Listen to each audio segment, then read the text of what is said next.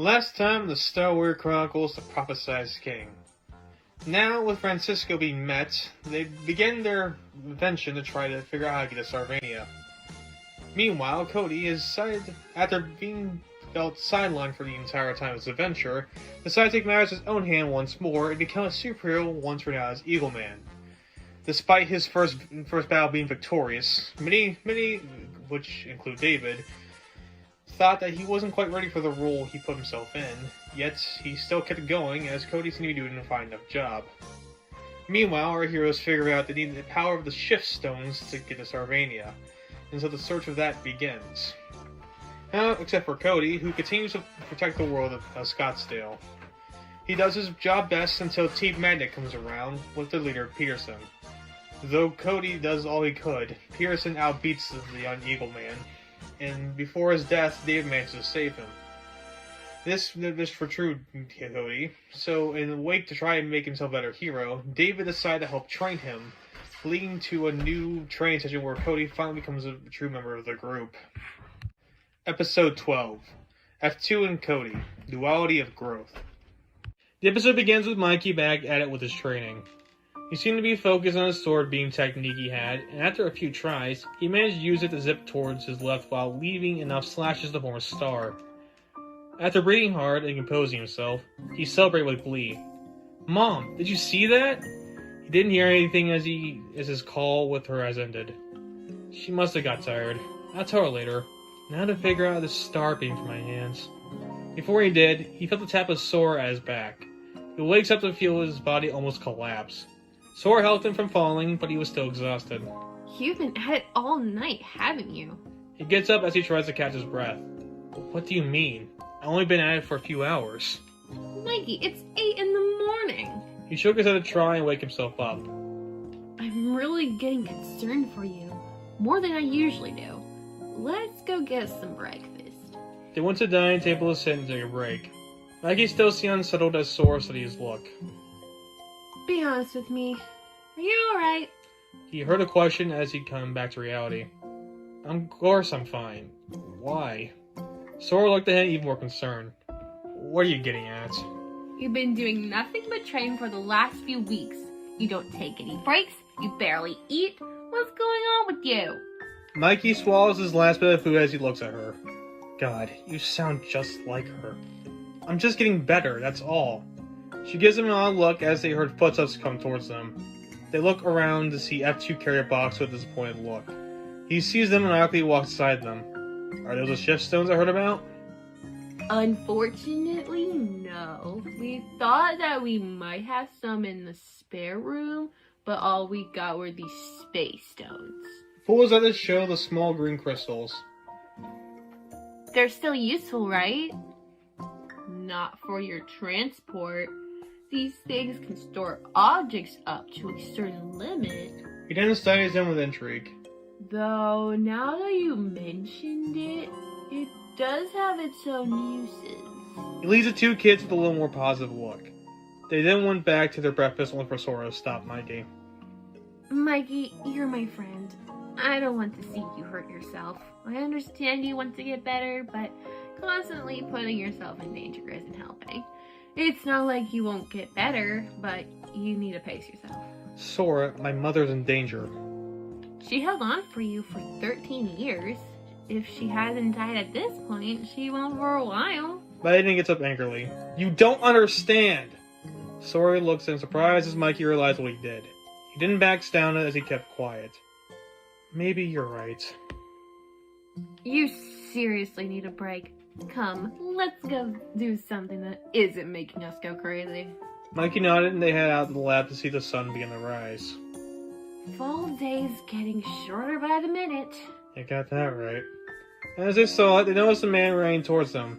It was Cody in a gray jumpsuit, who seemed exhausted as David rode his bike beside him. Really? 5 miles per hour? David gave him a disapproving look. We just started not too long ago. I'm not going to turn into an Olympic runner in the blink of an eye. They finally reached back to the lab where Cody was catching his breath as David parked his car. Sora and Mikey walked up to meet them to see what's going on. Still training him, I see. David tells the war about Cody, who was almost composed. We just started, and so far, he still has a ways to go. Is he taking breaks? Of course I am! I'm not a madman who pushes himself to death. I'm not expected to get better without it.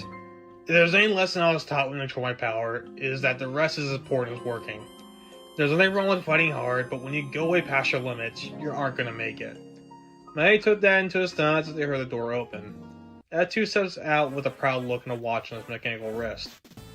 Behold my own invention. The watch twizzled with even more pride. You create a watch? That two almost laughed with that reaction. Only to a simple mind. This here is my own patented storage watch. Name suggested to change. With it, I can store any type of materials I need. For example... He flicks his wrist to bring out a wrench. He flicks it at it again with the smug look to seal it away. The space stone's power allows it to do so. He then points to his belt to show other green gems down there. And if it ever gets full, I'll just bring out another one to do the same. You can no longer hold your applause. The clap with an impressed looks except David. Pretty impressive tech. Will that help us get to Sarvania? Most likely no. But it could help you defeat Darky. I can see how. Just heal Francesco yet? That's what I'm about to do now. He would be glad to see his clone become even more capable by the second. He then walks to the lab with more confidence. He eventually arrives after Francesco looking through his laptop. He seemed to be researching potential shift stone locations. That is until F2 interrupted him. F2, did you happen to find some gemstones here? No, but I have something to present to you that is just as good. Francisco hardly focused on what he said. F2 noticed and he tried to get his attention again. I assure you, once you take a look at it, you will be amazed. Once again, Francesco wasn't paying attention. I'm sure it is. I'm kinda busy right now. F2 then used the watch to his little laptop, giving Francisco a shocked look. He brings it down again with the same smug look. I know, right? Your clone, F2, had just invented the Great Storage Watch. Despite its lackluster name, it's certainly something that can enhance the idea of storage. Francisco looks at it and scoffs off another white look. I would be impressed had it not been for the fact that not only was I busy with something, but also the thing has already been invented. F2 gives him a weird look as the clone turns away. Say what now? Giorgio Blood, the same guy you said made the sleepwatch, he also invented that too. F2 investigates the watch at this point and look, and leaves a little more upset. Outside, David had Cody do some push-ups after a good break as the other two watched. 4, 5, come on, only 95 more to go. Cody was sweating with intense breathing. It's gonna take a bit before we get there. We ain't got nothing better to do. So we're Mikey investigates as Cody slowly does more push-ups. See, Cody's taking his time with his workouts. He's going to finish it, and you're not listening, are you? She looks over to see Mikey write something in his notebook. She sees that he wrote down proper ways to be a leader and a king. Michael! Mikey gives a short yell as he puts the notes down. Alright, I'm taking a break. Only watches more as they see F2 upsettingly sit beside them. What's gotten into you? Oh, nothing. I'm just going through something right now. He sees David pump up Cody as he goes faster. He also seems to be halfway done at this point before he took a quick break to breathe easier. So far, you're at 52. I'm actually quite impressed. 3 days in, you're already at this point. And I thought you weren't easy to impress. No, I'm impressed you're actually good at push-ups. Cody gives him an annoyed look as David just laughed. Just kidding. Keep going, man. F2 gives another sigh as he continued. Does it have something to do with Francesco? It just feels like that ever since he made me, he's gone more annoyed by my presence than proud. It looks like to see Francesco quietly work alone at his computer through the window. I'm sure he's just busy. God knows what things you push away when you're that committed. Soren turns to get an amused look. Yeah, I wonder what that's like. F2 gives an hour's sigh as he fidgets with his watch. I don't know why he's like this, though it can't be because of his dedication to science. There has to be something about me that he's annoyed about. Have you tried asking? F2 shook his head. What's that going to accomplish? He's already tired of me. Closure? Better understanding? You of all people should know that it isn't that simple. After all, what about your relation with your parent? Sora quickly shut him up with an angered look. Never talk about them. Maiden gets up with a serious look. If it's that much of a problem, then maybe I should ask him myself. He then walks in the building as Cody finishes his workout. He walks up to the additionally working scientist. He was so focused that he never noticed Mikey come in. Yo, Francesco! He didn't hear it as he continued to write down something. Dude! Francesco then sighs. He put his pen down. He looks back with another angered look. This better be important. You seem really committed there, huh? Get on with it. Right. Are you upset with that too? Francesco gives him a weird look as he went back to his studies. A question for another time, my king. Well, as your king, I demand an answer. Francesco sighs. He turned back to him. Fine. I feel like he isn't taking this seriously whatsoever. He's so focused on trying to prove himself that he isn't working on the important things. In some way, it feels like he's mocking me. I spent my whole life researching and studying, and he's supposed to be the peak of that. But what I'm getting is a watered-down version compared to myself. Don't get me wrong, I don't regret his existence. All I want for him is to take science seriously. Now, if you excuse me, I need to get back to work. Mikey seems shocked to hear this, and he wasted no time telling F2 this. Not taking it seriously?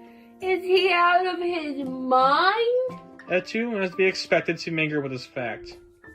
Now hold on, there might be a misunderstanding. No need to act irrationally to this. This didn't calm him down as he marched right back into the building. Both Mikey and Sora turned to each other, fearing the worst. As they went back in, they could hear the argument from upstairs. You really think that about me? Why does no one understand that I'm busy today? They looked at each other angered as the two kids reached them. I've been taking this seriously ever since I was brought into this world. By you. Okay, so I might have retread another scientist's steps. That doesn't mean I'm not taking this seriously. Science is about making something and giving it a name. It goes beyond discovery. Makes up our universe. It isn't a competition to see who built something before someone else. That's not what I've been trying to do. Then listen to me when I say either you focus on the task at hand or don't help at all. Hearing that info, F2 felt something shatter inside him. I think you got the message. Francesco turns back to his computer as F2 slowly walks away upset again. Sora and Mikey followed, seeing F2 sulk in the dining room. God damn it, why is everything I do for him it always ends up with disappointment? He's really uptight about this, isn't he? F2 sees him walk in. I just want him to be proud of me and respect me as an equal. I'm supposed to be his clone, right? I think if I go beyond being a clone. As he looks at him confused. Elaborate. Maybe he wants to see you as your own person. Think about it. You've been trying so hard to be like him that he thinks you are trying to outcompete instead of helping. What you really need to do is try to be the better person you want to be. Just because you're his clone doesn't mean you have to. They looked in surprise. It's just saying something my mom said when from my own king. F2 thought for a moment and he came back to a realization. You might have a point there. That clone mindset has always lingered in me. In that case, I'll show him I can be my own person, and I know how. When I need my career-defining moment, something that people can look at and say, yep, that's really an F2 thing. Question is, what? Well, you like to invent things. F2 thinks it over with intrigue. And with my real own invention, I can do just that. Thank you, Mikey and Sora. This will be the first step into the journey of F2. He then walks off quietly as the two kids smiled at him. see, there's plenty of work left here to do. Perhaps. I still have 4 trials left anyway. He then thinks back over as he recalls his previous conversation with Sora. Hey, I'm sorry I yelled at you earlier. Sora looked back at him concerned. Just never do that again. He nods, the voice of F2 comes back in. You two! I'm going to need test subjects for my invention. They see him and just giggled as they agree to do so. A few more days have passed. David and Cody were riding on his bike through the desert as the sun shone brightly. Didn't realize you'd take me to the middle of nowhere as a part of my training. This isn't the middle of nowhere. Cody looks around to see nothing remarkable except for the occasional cactus. Could have followed me. Why are you taking me? You'll see. They kept riding through the barren wasteland until they come across a large wooden shack at the far end. David stops in front of it with a welcoming expression. Ah, great, I've been kidnapped. Is this where you're gonna tell me you've been working on Darky's side the entire time? David gives a laugh as he parked his bike. You've been training for a little while now. I think it's time to put you to your first test. They walk up to the building as Cody seemed reluctant with each step. David approached the door with a rhythm knock. A small slider opens up in the middle to see a piercing eyes come through. And just who might you be? No one look as his eyes pierce back. Wench, it's me. Who else would it be, you goofball? The eyes just stared back unamused. How can I be sure of this? The phoenix bird appeared right behind him as the man spoke with this sight. Alright, I'm sorry, Cat. David smirked decidedly as he opened the door. It reveals a built individual with large brown hair, an electro jacket, a black shirt and pants, leather boots, and a tattoo of a phoenix on his neck. Cody takes notice of this and nervously walks around him. They walk in further to see a dark room with wooden boxes all over the place and lights sporadically on the ceiling. David seemed upset as he noticed how messy the place is. They then see 2 other individuals walk up to them. One was a man with black hair along with a beard, goggles on top of his head, a black unzipped trench coat with folded sleeves, a white shirt that had a phoenix on it, and leather pants, boots, and fingerless gloves. Another was a red, short-haired female with sleeveless leather jacket, white shirt, and she also had black fingerless gloves, jeans, and boots. Cat, been a while. I see you found the king guy you were looking for? David remained unamused as the 2 nervously looked at him. Cody also seemed nervous as well. Lewis and I kept the gang running in your absence as you requested. David walks up to them while grabbing both of their jackets. Did anyone tell you 2 how fucking filthy this place is? Only for a couple months and already this place has gone to hell. It's Francine's fault. She wanted to focus on cementing off territory instead of cleaning it. The woman gave an angered look. My fault? You were second in command. The responsibility falls on you, buddy. David lets go of their jacket to the laugh. The other 2 noticed and laughed at themselves. I'm just surprised I got you with that. Hey, you gave us quite a scare right there. Still, welcome back, Cat. Great to be back. Where's Ricky James? Visiting his folks for the holidays. I heard his grandma ain't doing too well. How unfortunate. I'll make sure to send him flowers when I get the chance. We already got some on his way. How's your mission? David walked over to the sit by a nearby box. A success, I must say. He got his idea and should be ready to go by the age 18. Good. We were beginning to think you forgot about us. David gave a quick chuckle as he saw the 3. How can I forget you 3 numbskulls? You're my family. The 3 of them nodded in agreement. Cody then came back to reality. I see you guys are the Trailblazers. Pleasure to meet you. He looked at him weirdly. Who's the pipsqueak you brought with ya? A new recruit? David looks at Lewis, who nodded in understanding. Just some nobody that followed me back here. Cody seemed surprised as David turned away from him. Nobody? Mate, I'm one of your friends! David almost chuckled again, but he held it in. Lewis nudged the other 2 as they turned around from him. So what brings you back, David? Oh, I think I'm taking back my role as leader of the Trailblazers. What do you mean? Are they going to help us? David turns to him commandingly. Did I say anything related to that? I'm going to get to you terrorizing unsuspecting idiots down our path. Cody seemed more shocked. But what about Mikey? You're home! David shook his head once more. What about them? Mikey's doing fine on his own. Besides, I changed my mind. People do that sort of thing, you know. My real home was with these 3 the whole time. Now, buzz off. Cody, stunned, pulled an angry expression as David motioned him away. How could you say such a thing? He begins to march towards him, but the three members stood in his path indignantly. You heard the boss. Beat it. Unless you want to feel the wrath of the Trailblazers. So what's gonna be, Squirt? Gonna leave or you want your ass kicked? Cody looked at him intently as well. I'm not gonna let this slide. You ain't gonna diss me and my friends with this betrayal. Then show me what you got. He winked as the members grabbed nearby weapons with sinister grins. Cody noticed this and he got into a stance nervously. First came Winch, who waddled over with a ball and chain. It hit the ground loudly as he swung it around.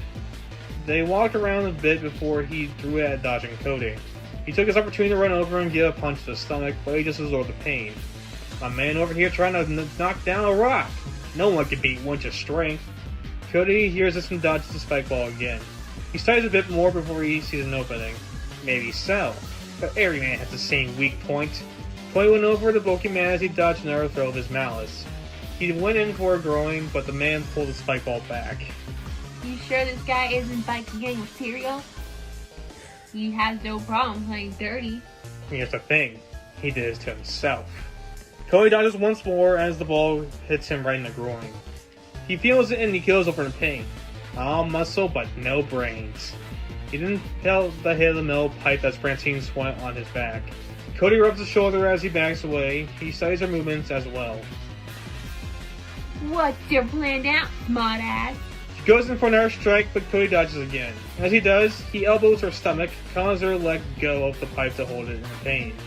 He takes it and knocks it on her head, leaving her in a lot of pain. Cody seems surprised with himself. Holy shit! I didn't know I could do that! He then looked over to Lewis, who nervously backed away. Hey, listen, I'm the one with brains of the group. I ain't no fighter. David didn't hold his shoulder as he gets in front of Lewis. What he needs is a real opponent. Murder's over as the check Francine and Winch. Though in pain, they seem to be fine as he helps them over to the boxes. This guy's something else. Yeah, we're sorry, boss. David pats both of their backs. Don't worry, I got this. He summons his flame bow out as he approaches Cody. Cody got in his stance. Why? Why are you abandoning us? David didn't answer, only pulled his flame bow out towards Cody. Those who attack the Trailblazers will suffer by my hands. If you don't hurt my family, just walk away from it. You tell him, boss. The three cheered him on as they went to the fight. You and your ability, David. I don't want to fight you, I just want answers. David gave a sneer growl as he went for a swing. Cody dodged, but he felt the punch of David push him back. He didn't feel the slash of a bow across his body, causing him to keel in pain. As he did, he silently mumbled to himself, Come on, Cody. He pulled out his flame arrow and aimed his shot straight at the slowly gapped Cody. One last moment, he releases it as Cody catches it sternly. The other three looked impressed as Cody did so. You got David's arrow. Yeah, unfortunately, that was a dumb move. Just like that, David mumbled another word. Incinerate. After he said that, the arrow lit on fire as Cody quickly dropped it. It burned bright, and a giant flame burst out to block both of their visions. As it went away, Cody saw the phoenix fly towards him. He fully dodges, but it does burn some of his hoodie.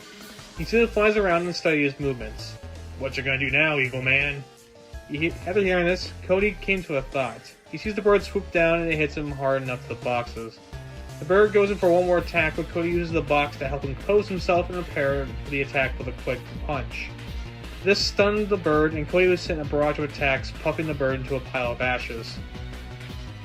This is something else. The kid defeated Phoenix. As Cody did, he felt David behind him give a quick chop to his neck. Cody almost fainted, but David kept him awake by grabbing the back of his jacket. Tears fell from Cody's eyes as he felt the presence of David help him. How could you? David laughed again as he wiped away a tear from Cody. Dude, relax. I was faking it the whole time. After hearing this, Cody's eyes widened as David laughed some more. The other members laughed too. Did you seriously think I was abandoning my chance to get back home? But you seem so convincing. I only did this, son, so you had a good reason to fight me and not hold back. I want to see how far I got your first good training and had these guys help me. Yeah, and based on this kid's face, we deserve an acting award for this. Except for you, you almost blew it by backing away from the fight. Hey, he's right, you know.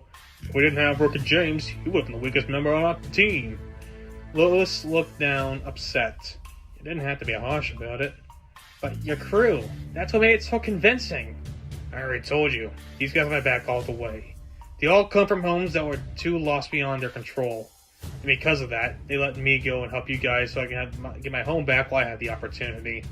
Besides, these guys want to come to Sarvania anyway. Yeah, Arizona has grown stale for us over the years.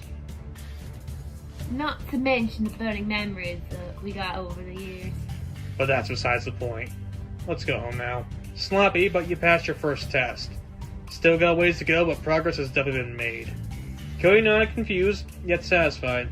They didn't turn the other 3 members. And as for you guys, keep an eye on the place while I'm gone like always. I'll go and visit every once in a while, so keep it tidy as best as possible. Did not understanding. You got it, boss, and rest assured, no one will mess with the Trailblazers. You're goddamn right. Now I go back to the lab where Sora was reading off some questions to Mikey. Question 5.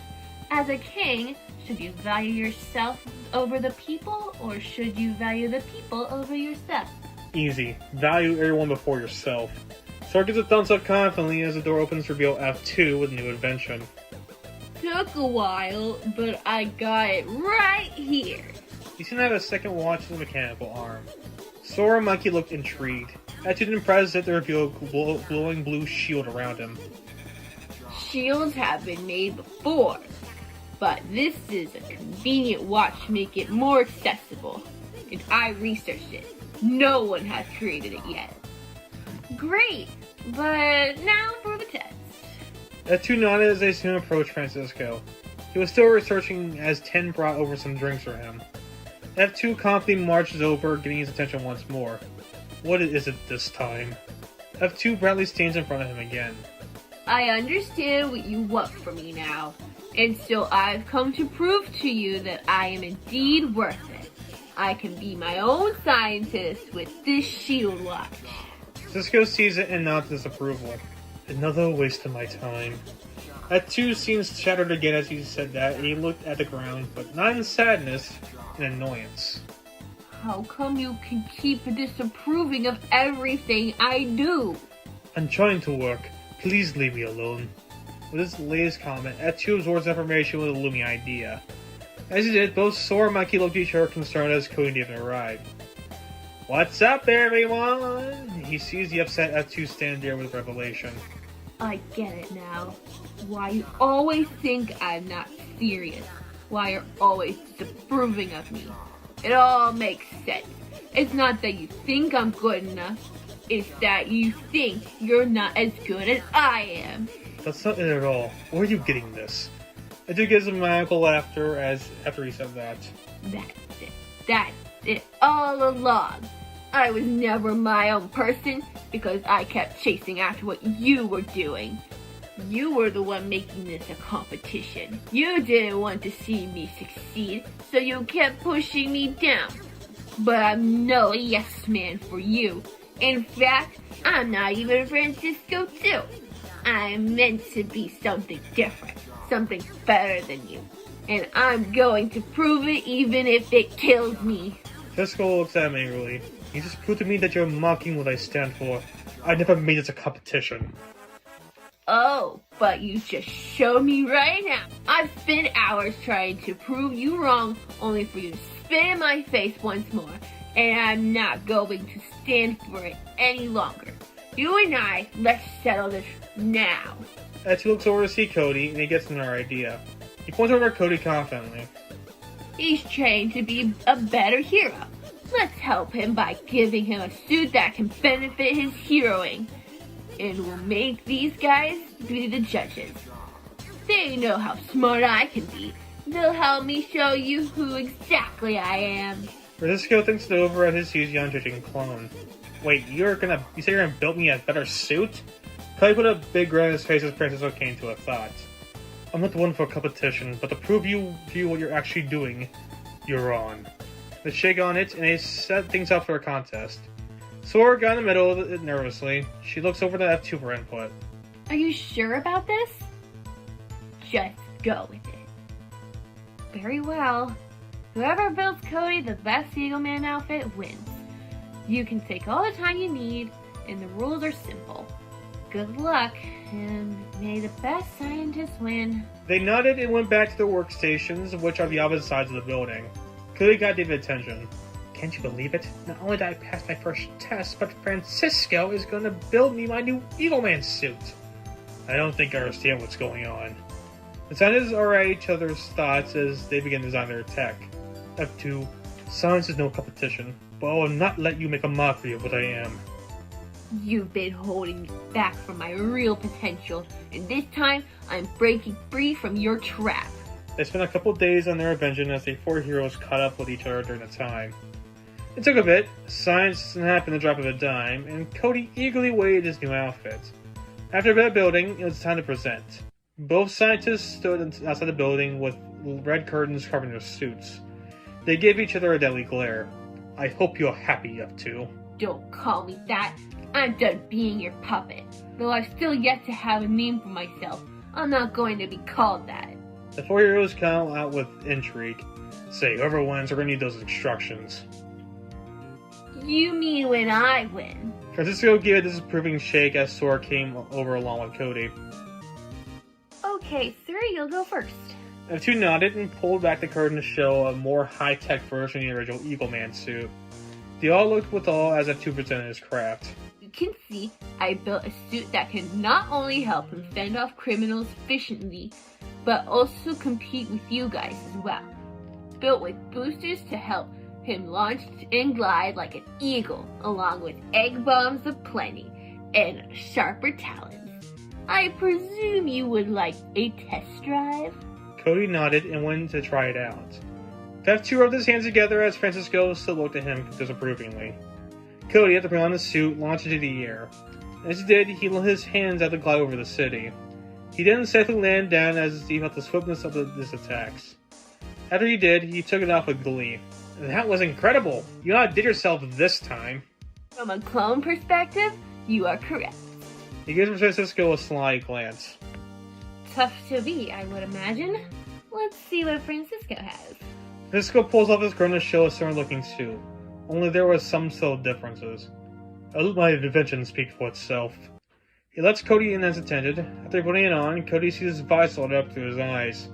As did he felt the touch of the lighter movements of his fight. He also saw retractable blades on his sleeves, smoke egg bombs, and a booster similar to F2. Neat. What else can it do? Tap the ground hard. Cody did so and launched to the air as he did. The visor showed him where crime was taking place and the best course of action for it. He then came down, taking up a suit again. The others clapped as F2 shrugged his boredom. It's so bright, I guess. But that's just my opinion. And you feel the need to share it. Oh, don't get your head in a hornet nest. It's up to him to decide after all, not me. And I know for a fact that mine is better. This one was the best. I looked over to see Cody hold on to Francesco's suit. It has everything F2 had, but more. It's the dream suit I didn't know I wanted. Mikey and David clap on the sidelines as F2 watched in shock. Well, it looks like we have our winner. He went over to cheer Francesco's success, but not F2.